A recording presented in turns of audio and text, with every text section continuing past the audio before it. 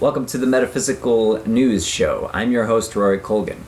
This is episode 4, recorded on August 20th, 2016. Now, one thing I love about metaphysical news is that it has within it a moral or a principle that stands the test of time. So even if this news story becomes old or you're listening to this in the future, it's still going to have applicable meaning because the metaphysics of it will never change.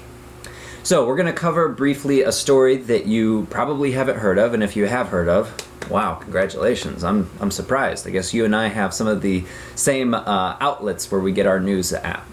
But this is a story about eminent domain, about fossil fuels, and about the nasty pipeline. Now, there's a little bit of sarcasm in there because pipelines are safer than trains, boats, and what's the other one? I guess you could say semis. So there are fewer incidents with pipelines than those other means of transportation. Now, what's interesting though is that you still have incidents, and so you still have oil spills. We are humans, we design things with flaws, and therefore there are spills that then wreak havoc in areas that supposedly the pipeline was just going to let the crude oil or whatever it is to flow through. So anytime you have fossil fuels involved, you are going to have negative consequences. Okay, so that's just something that I accept, and I think you should accept because it's the reality of it. If we're using fossil fuels, there are negative consequences. If we're using a different type of fuel, there's going to be different types of consequences. But everything based in metaphysics has its good and has its bad. So what you have to do is determine, is this basically strong enough to be executed, or is there liabilities that outweigh the benefits? So that's something that people have to ask in each and every situation of their own lives. And then we have to ask that as a culture and as a nation for large-scale things such as this. So this pipeline is going to start, supposedly, or it has already started, in North Dakota. It goes through, I think, about 1,800 miles of land. So that's North Dakota, South Dakota, Iowa, into Illinois, before it connects up with other pipelines, and then probably will take it down to the Gulf Coast where it would be distilled. So where the issue is coming in right now is, there are actually two fronts right now. So the first one, the one that probably gets very little attention, and we'll just mention it here, is that there are 14 landowners in Iowa who are basically bringing a suit against the government for their use of eminent domain to approve this pipeline.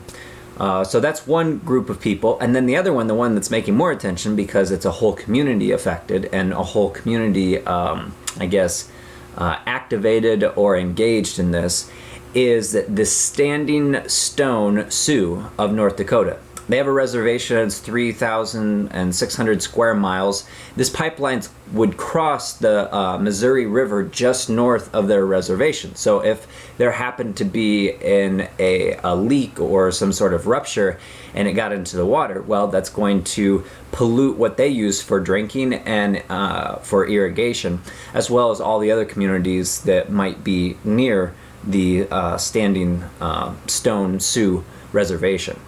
So they're getting engaged in this, and they don't want this pipeline simply because the risk of contamination to them is a real danger. Whereas you and I, we probably don't live near that spot, so we're not going to be that upset if it happens. It's not going to affect our lives on a day-to-day basis.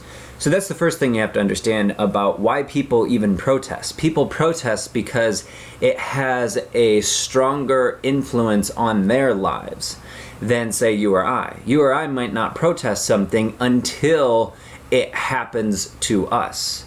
So there's a couple different things you can do here. One is you can get involved before it's about you, so that you can basically join a cause that you think needs your assistance.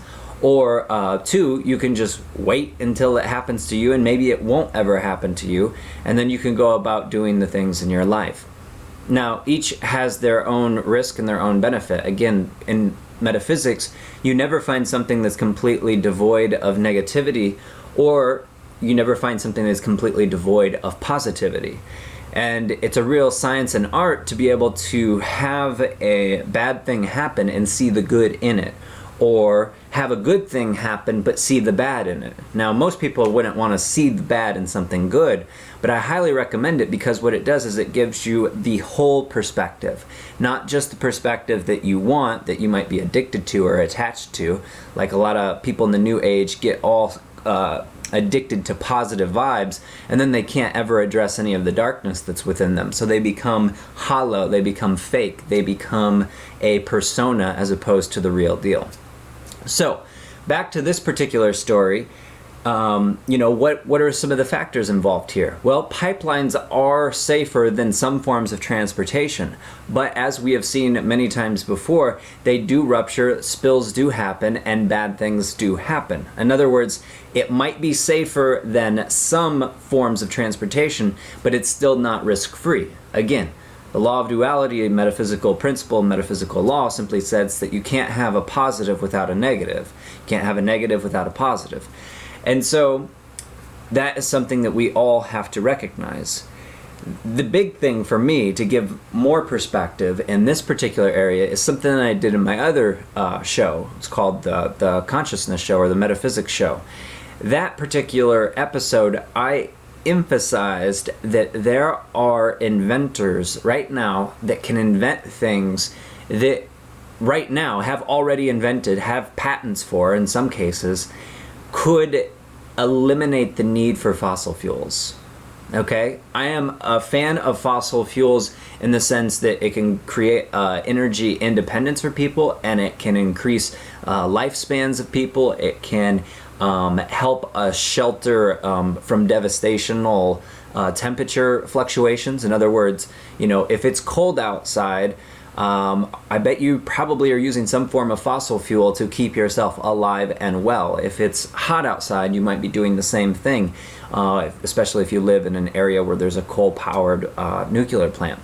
Now, if we can get to all renewables, that's great, but some renewables, like wind and solar currently, they're not necessarily efficient enough for us to all transition over to them, simply because there's so many raw materials that have to go into making them, and then the efficiency is a lot lower, whereas fossil fuels, it's a little bit higher. So on that standard, I am a fan of fossil fuels because I think it helps humanity as a whole. There are definitely negative consequences, but what I think is the biggest picture here, and the most important thing from the metaphysical level, is that you and I need to stop thinking that these things haven't already been invented. There have been inventions that can give us a clean revolution. Just last week I did a show where there's a guy that has over unity in a machine. So over unity simply means that he produces more energy than he put in. Now a solar panel collects 20% of the energy that's there from the sun's rays. So 20% efficiency or 140% efficiency. So do you see that there's a clean energy that is available now that nobody wants to talk about because it's going to be such an apple cart turner? This type of revolution is possible. This type of evolution is possible. So that when we see people protesting pipelines, we should support them or not support them depending upon our perspectives. But all of us should be united in the sense that there is clean energy out there. The technology is there. It's absolutely there. So we need to get out of these archaic forms of technology and get into the new stuff that is more efficient than fossil fuels, more efficient than the clean energy.